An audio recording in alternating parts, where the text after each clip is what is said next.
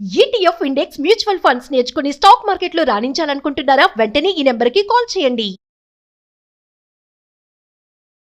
Sir నమస్తే sir Ramachandramurthy గారు. నమస్తే విష్ణు గారు. రామచంద్రమూర్తి గారు, welcome to Vishnu talks. Thank you sir, thank you. Sir Ramachandramurthy గారు, ఈ మధ్య ఒక 4-5 రోజుల నుంచి బంగారం ధరకి సంబంధించిన ఒక వార్త బాగా వైరల్ గా మారుతుంది. బంగారం ధరలు 56,000 రూపాయల వరకు రాబోతున్నాయి. అదేవిధంగా 38% పైగా బంగారం ధరలు పడబోతున్నాయి అంటూ కూడా రకరకాల వార్తలు వస్తున్నాయి. ఆల్మోస్ట్ ఇప్పుడు బంగారం ధర 24 క్యారెట్లు 10 గ్రాములు 90,000 రూపాయలు ఉన్నాయి. 90,000 రూపాయల బంగారం 56,000 రూపాయలకి రావడం ఏంటి? 38% మేర పడిపోవడం ఏంటి? ఏంటి అసలు ఈ వార్తలు? ఈ వార్తల్లో నిజమెంత? 90,000 రూపాయల బంగారం ధర 56,000 రూపాయల వరకు రావాలి అంటే ఎటువంటి సిచ్యువేషన్స్ రావాలి అంటారు మార్కెట్ లో? అసలు ఇది యాక్చువల్ గా సార్, ఇది ఒక నివేదిక ఇచ్చారనమాట యుఎస్ లో. ఏంటంటే యుఎస్ లో ఇప్పుడు ప్రెసెంట్ ఏం జరుగుతుందంటే రెసిషన్ అనేది 60% నుంచి 70% కి ఛాన్సెస్ ఉన్నాయని రెసిషన్ జరుగుతుంది. ఇప్పుడు మీరు అబ్జర్వ్ చేస్తే క్రూడ్ 2019 రేట్కి వాళ్ళు వచ్చింది. ఇప్పుడు అంతకుముందు $90 నుంచి వాళ్ళు ఎంత వచ్చిందంటే ఇప్పుడు $56 వచ్చింది. సో క్రూడ్ ఏమైంది? అది క్రూడ్ అంత రావటం ఎలా అవుతుందంటే అక్కడ ఏమవుతుందంటే యుఎస్ లో రెసిషన్ ఎఫెక్ట్ ఉంది. సో రెసిషన్ వచ్చింది అంటే యాక్చువల్గా బంగారం 30% 40% తగ్గింది అంటే మీనింగ్ ఏంటి? మన యొక్క ఇన్కమ్ లెవెల్స్ కూడా తగ్గిపోతాయి ఆబ్వియస్ గా, అంతే కదా. సో మన శాలరీస్ లో కానీ మన ప్రొడక్షన్ లో కానీ ఇండస్ట్రీ కానీ గ్లోబల్ అంటే ఒక 40% మొత్తం వరల్డ్ వెనక్కి వెళ్ళిపోద్ది. అప్పుడు ఆ రేట్లు తగ్గుతాయి. సో అలాంటి సిచ్యుయేషన్స్, రెసిషన్ అనేది యుఎస్ కనుక ఇలాంటి ట్రంప్ గారు ఇలాంటి ఎఫెక్ట్ ఇలాంటివి కంటిన్యూ చేస్తే మాత్రం గ్లోబల్ రెసిషన్ అనేది కనపడుతుంది. సో ట్రంప్ గారు ఇలాంటి ప్రతీకార చర్యలు ఇంకా ముందుకు తీసుకెళ్తూ ఉంటే మాత్రం ఆర్థిక మాంద్యం వచ్చే అవకాశం ఉంది. ఆర్థిక మాంద్యం వల్ల బంగారం ధరలు కొంతమేర తగ్గే అవకాశం ఉంది. అంటే ఎందుకంటే ఇప్పుడు లాస్ట్ 3-4 ఇయర్స్ నుంచి చూస్తే ఉక్రెయిన్ వారు, తర్వాత ఇటు సైడ్ ఇటు సౌత్ ఏషియా ఇజ్రాయెల్ వారు, ఈ వార్త ఏమైందంటే యుఎస్ మొత్తం ఫండింగ్ అంతా వెళ్ళిపోయింది. యూకే యూరోప్ పరిస్థితి కూడా అంతా డౌన్ అయిపోయింది. సరే ఇంక ఎక్కడ గ్రోత్ కనపడట్లా. ఓన్లీ ఏషియన్ కంట్రీస్ లో తప్ప మిగతా ఎక్కడ గ్రోత్ లేదు. కాబట్టి ఏమైపోతుందంటే ఇక ఒకసారి ఈ ట్రేడ్ వార్ కూడా స్టార్ట్ అయిపోయి హై రేట్స్ టారిఫ్స్ పెట్టారంటే ఏమైంది? ఇన్ఫ్లేషన్ విపరీతంగా వెళ్ళిపోద్ది. దాంతో రెసిషన్ వచ్చేస్తుంది.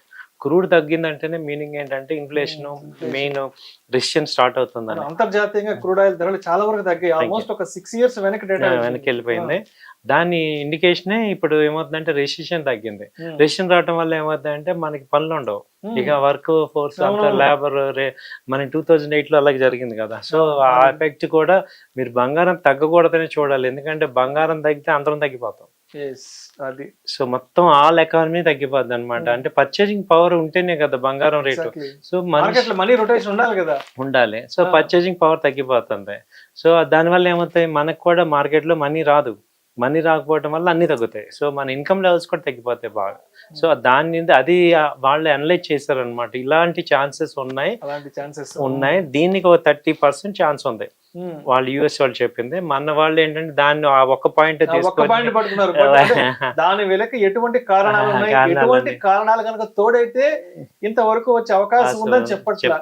బంగారం 56,000 రాబోతోంది, 38% పైగా పడబోతోంది. మరి ఇప్పుడు కొనొచ్చా కొనకూడదా?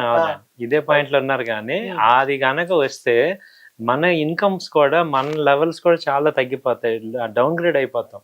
కాబట్టి ఏంటంటే రావాలని కోరుకోవద్దు. ఎందుకంటే మనకి ఇప్పుడు ఆల్రెడీ ఇవాళ 1 lakh శాలరీ 2 lakh శాలరీ చాలా మంది ఉన్నారు. ఈ స్టేజ్కి రావడానికి ఒక 20 ఏళ్ళు వర్క్ చేసాం మనం.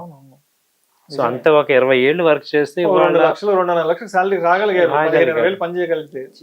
అంటే ఒక జనరేషన్ వర్క్ చేయగలిగితే వాళ్ళు వచ్చింది. మళ్ళీ ఎక్కడి నుంచి వెనక్కి వెళ్ళిపోతే ఇంకా అదే జరుగుతుంది అనమాట. మనకి ఆ పర్చేసింగ్ పవర్ వచ్చింది కాబట్టి అది ఇండికేషన్.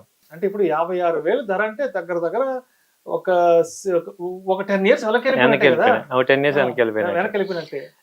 గోల్డ్ 10 years వెనక్కి వెళ్ళిందంటే మనం 15 years వెనక్కి వెళ్తాం. కాబట్టి ఇప్పుడు ఒక పక్క మీరు చూస్తుంటే రియాలిటీ ఆగిపోయింది. ఇప్పుడు అది కూడా బాగా పీక్ లెవెల్కి వెళ్ళి ఆగిపోతుంది. ఇప్పుడు కూడా సేమ్ అంటే దీన్నే రెసిషన్ అంటాం అనమాట. అంటే యాక్టివిటీస్ కనుక ల్యాండ్ బయింగ్ పర్చేసింగ్ కానీ వెహికల్ పర్చేసింగ్ కానీ లేక జాబ్స్ అన్ఎంప్లాయ్మెంట్ కనుక లే ఆఫ్లు జరుగుతుంటే ఇక రెసిషన్ స్టార్ట్ అవుతుంది. ఒకసారి యుఎస్ స్టార్ట్ అయిందంటే దాని ఎఫెక్ట్ అన్నిటి మీద పడుతుంది. కాబట్టి అలాంటి రాకూడదనే కోరుకోవాలి. సో బంగారం అంటే ఇప్పుడు మళ్ళీ నిన్న 2,000 పెరిగిపోయింది. సో ఛాన్సెస్ అయితే తక్కువ ఉన్నాయి సార్. సో అందరూ బాగుంటేనే అన్ని వ్యవస్థలు బాగుంటాయి, అన్ని వ్యవస్థలు బాగుంటేనే అందరం కూడా బాగుంటాం, మన డబ్బులు కూడా సేఫ్టీ ఉంటుంది. సేఫ్టీ ఉంటుంది. రైట్. ఇంకా అదే విషయానికి వస్తే, ఇంకా సిల్వర్ విషయానికి వస్తే 1,05,000 వరకు వెళ్ళిపోయింది కాబట్టి రాబోయే రోజుల్లో ఇప్పుడు సిల్వర్ లో ఇన్వెస్ట్మెంట్ చేసుకోవాలి అనుకున్న వాళ్ళు, అదే విధంగా సిల్వర్ కి సంబంధించి ఫిజికల్ గా కాకుండా ఇక వేరే ఇతర ప్రత్యామ్నాయ మార్గాల్లో పెట్టుబడి పెట్టుకోవాలి అనుకున్న వాళ్ళకి మీరేం చెప్తారు? సిల్వర్ ఇప్పుడు సిల్వర్ ఈటీఎఫ్ ఉంది, సిల్వర్ బీస్ ఉన్నాయి, అలాగే సిల్వర్ మ్యూచువల్ ఫండ్స్ ఉన్నాయి. సో వీటిల్లో పెట్టుకోవచ్చు అండి. అలాగే ఎంసీఎక్స్ లో కూడా సిల్వర్ కొనుక్కోవచ్చు. సో సిల్వర్ కూడా ఇప్పుడు మంచి నెక్స్ట్ బూమింగ్ మార్కెట్ ఉంది, ఎందుకంటే ఇండస్ట్రియల్ యూసేజ్ ఎక్కువ ఉంది దానికి. అదైతే 1 lakh మొన్న ఒక 10,000 తగ్గింది.